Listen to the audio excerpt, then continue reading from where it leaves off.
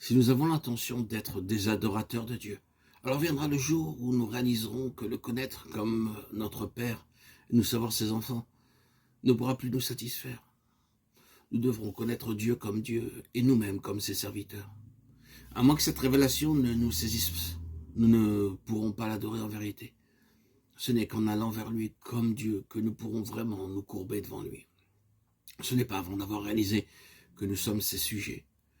C'est cette prise de conscience qui nous permet de l'adorer. Mais ce n'est pas tout. Une telle vision de Dieu ne nous fait pas seulement tomber devant sa face, elle nous conduit à reconnaître ses voies, à les accepter. Les Écritures nous montrent qu'on ne peut connaître Dieu que par révélation. Elles nous montrent aussi que c'est seulement en lui étant assujettis que nous commençons à connaître ses voies. Que sont-elles les voies de Dieu? Ses voies sont ses méthodes pour accomplir ce qu'il a décidé de faire.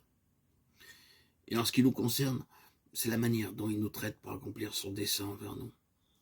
Ses voies sont plus élevées que nos voies et ne laissent aucune place à notre choix. Il agit avec telle personne de telle manière et avec telle autre de telle autre manière, faisant toujours ce qu'il estime être le meilleur. Ces voies sont la méthode qu'il adopte pour accomplir lui-même, pour son bon plaisir, ce qu'il a désiré. L'homme est incapable d'accepter les voies de Dieu tant que Dieu ne lui a pas été dévoilé. C'est là un fait qu'on peut observer chez bien des personnes. L'homme naturel revient toujours avec cette question. Pourquoi Dieu a-t-il aimé Jacob? N'a-t-il pas aimé Ésaü? Nous avons facilement du ressentiment à l'égard de Jacob, et nous essayons de défendre Ésaü. Nous pensons qu'Ésaü fut un homme bien et que Jacob était mauvais, très mauvais, un supplanteur, un trompeur. Cependant, Dieu déclare « J'ai aimé Jacob et j'ai haï Ésaü ». Et nous continuons à demander « Mais pourquoi? Pourquoi ?» Cette question prouve que nous n'avons pas vu Dieu. Ceux qui l'ont vu ne posent plus ces questions, ils disent simplement Dieu est Dieu. Dieu fait ce qu'il fait parce qu'il est ce qu'il est. Personne n'est qualifié pour lui dire comment il doit agir. Qui a été son conseiller? Les voies de Dieu sont l'expression de son choix. Elles sont la manifestation de son désir. Ce qu'il a résolu de faire, il le fait de manière à atteindre son but.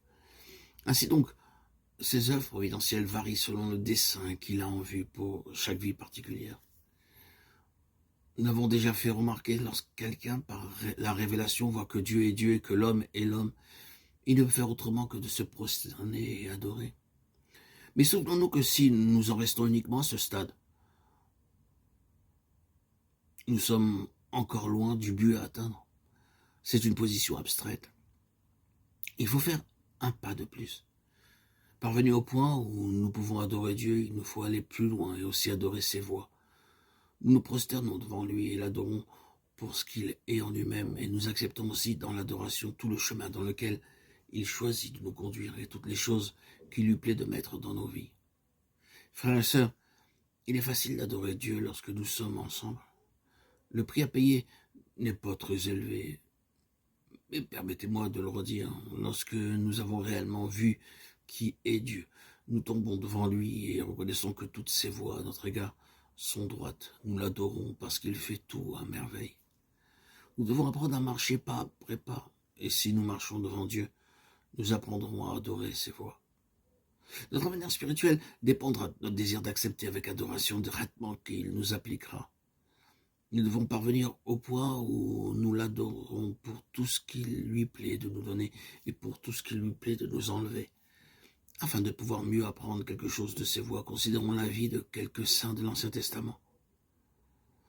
En véritable adorateurs, ils ont appris à adorer Dieu et ses voies.